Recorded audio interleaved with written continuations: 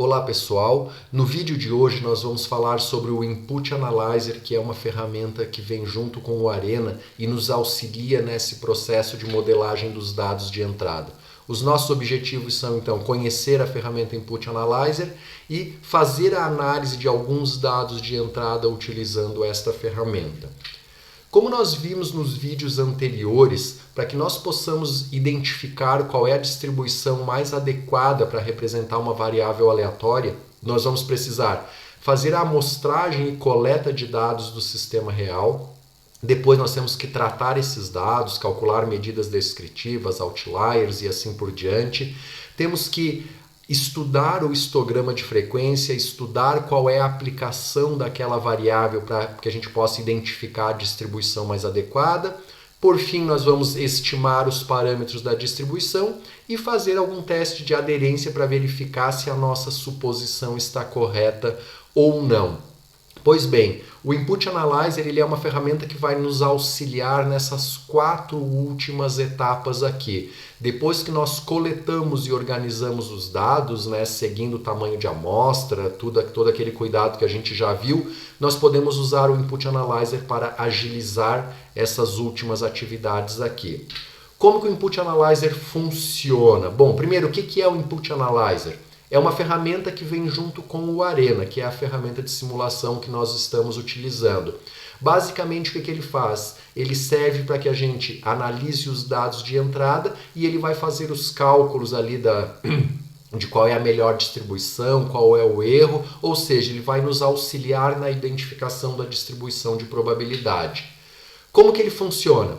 Primeira coisa, nós precisamos abrir o Input Analyzer e criar um novo projeto. Depois disso, nós temos que abrir o arquivo que nós queremos analisar. Então, vamos fazer esses passos aqui. Ó. Eu vou vir aqui em arquivo novo. Então, aqui nós temos um novo projeto vazio. Agora, aqui em arquivo, ó, arquivo de dados, vamos usar um existente. Então, eu estou supondo que já existe um arquivo que é num formato de texto, né?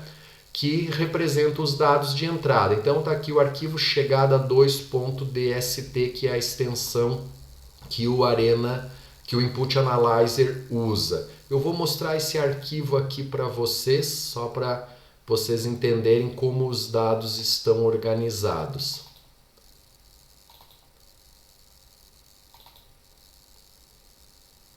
Não é este. Está aqui, ó. Esse é o arquivo que eu abri lá no Arena.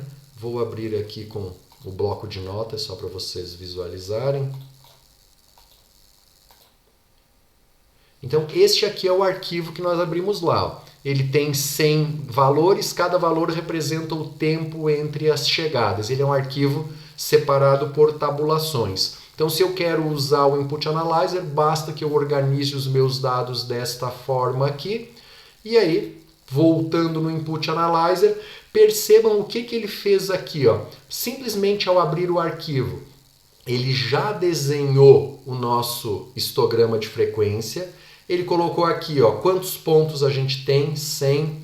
O valor mínimo dos dados é 0, menor, o máximo é 120. A média é 30.1 e o desvio padrão é 27.7. Então, esse aqui são... e o número de intervalos do histograma 10. Então, toda aquela primeira parte das estatísticas descritivas, de desenhar o histograma, ele já fez para nós. Vamos voltar aqui. Ó. Se for necessário, nós podemos mexer um pouquinho no nosso histograma, certo? Lá em Opções, Parâmetros, Histograma. Vamos voltar aqui. Opções, Parâmetros, Histograma. Vamos supor que eu olhei o histograma e acho que não ficou bem legal. Eu prefiro talvez 8 intervalos. Ficou interessante, mas não gostei. Vou testar aqui com 15 intervalos. Não, 15 ficou muito intervalo em branco aqui no meio, não gostei. Vou voltar para 10. Então assim, não existe aqui uma questão correta, né? A forma mais correta. Em geral, o Input Analyzer ele já monta o histograma de uma forma bastante adequada. Mas eu mostrei essa opção que, se a gente achar necessário, é possível mexer nas características do nosso histograma. Agora, o mais interessante está aqui, ó. Depois, o que eu posso fazer? Eu posso verificar se os dados aderem a uma determinada distribuição específica ou testar todas as distribuições e apresentar a melhor. Como que a gente faz isso? É muito fácil. Eu enxerguei aqui uma distribuição exponencial. Então eu vou vir aqui em encaixar exponencial. Tá aqui, ó. Ele desenhou a curva, me deu aqui a minha distribuição é uma distribuição exponencial com média 30.1, um erro bastante baixo, botou aqui o número de intervalos, né? Alguns dados ali. Aqui o teste de Q quadrado que me deu um valor P bem interessante, depois eu vou falar um pouquinho sobre o valor P. Então, percebam que todo aquele trabalho que eu mostrei para vocês nos vídeos teóricos de calcular a integral, de calcular as diferenças, para fazer o teste, ele já fez automaticamente para nós. E isso a gente pode fazer para várias distribuições. Obviamente essa não é uma distribuição normal, mas vamos colocar aqui, ó. É uma distribuição normal? Percebam que o nosso erro foi lá em cima, já aumentou. Ó. Uma distribuição normal com média 30, desvio padrão 27. E o nosso P foi lá embaixo. Então, ou seja, isso indica que não é, né? Tá muito ruim isso aqui. Mas a gente pode testar, ou então a gente pode vir aqui, ó, encaixar em todos. O que ele faz aqui? Ele testa automaticamente todas as distribuições e nos mostra a que tem o melhor resultado. E aqui nesse caso, obviamente, a que tem o melhor resultado é uma distribuição exponencial. Então notem que, um detalhe que eu falei, né, que o Input Analyzer ajuda no tratamento de dados. Ele ajuda aqui, ó, calculou média, calculou desvio padrão, fez os testes, já identificou a distribuição, mas ele não trabalha com a parte de outliers. Então aquela etapa de identificar o outlier tem que ter sido feita previamente para na hora que eu seleciono o arquivo aqui, o arquivo já esteja sem os outliers. Mas, resumidamente, então, com o Input Analyzer a gente consegue de uma maneira bastante rápida e prática identificar a melhor distribuição. Aí a gente vai concentrar aqui em duas informações, ó, o erro quadrático, né, 0.0022, então é um erro bastante pequeno, e o valor P, 0.61.